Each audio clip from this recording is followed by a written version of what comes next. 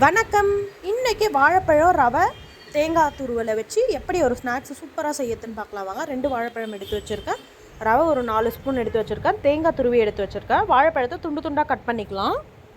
ஒரு பேன் பற்ற வச்சு ஒரே ஒரு ஸ்பூன் மட்டும் நெய் ஊற்றிருக்கேன். இந்த வாழைப்பழத்தை இந்த நெய்யில் நல்லா ஃப்ரை பண்ணிக்கலாம். மசிகிற அளவுக்கு நல்லா இந்த மாதிரி மசிச்சு விட்டுடுறேன். எடுத்து வச்சுருக்க ரவையையும் சேர்த்து நல்லா ஃப்ரை பண்ணிக்கலாம்.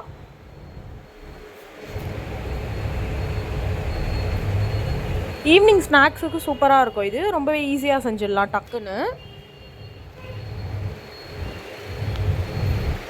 நம்ம எடுத்து வச்சுருக்க தேங்காய் துருவலையும் போட்டுக்கலாம். இதில்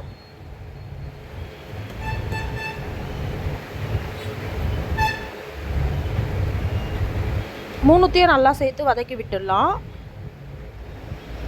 இப்போ இதை இறக்கிட்டு நல்லா சப்பாத்தி மாவு பதத்துக்கு பிசைஞ்சு வச்சுருக்கேன். சின்ன சின்ன உருண்டைகளாக உருட்டி எடுத்து வச்சுருக்கேன். 1 ஸ்பூன் மட்டும் ஆயில் போட்டிருக்கேன். இப்போ இதை நம்ம எடுத்து போட்டுடலாம்.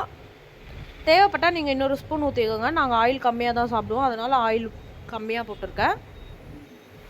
2 சைடும் நல்லா திருப்பி விட்டுடலாம். நல்லா ப்ரௌனிஷாக வெந்து வந்துடுச்சு. இந்த சமயத்தில் நம்ம இறக்கிடலாம். ரொம்பவே சூப்பரான ஸ்நாக்ஸ் ரெடி. நீங்களும் இதை வீட்டில் ட்ரை பண்ணி பார்த்து கமெண்ட் பண்ணுங்கள். தேங்க்யூ.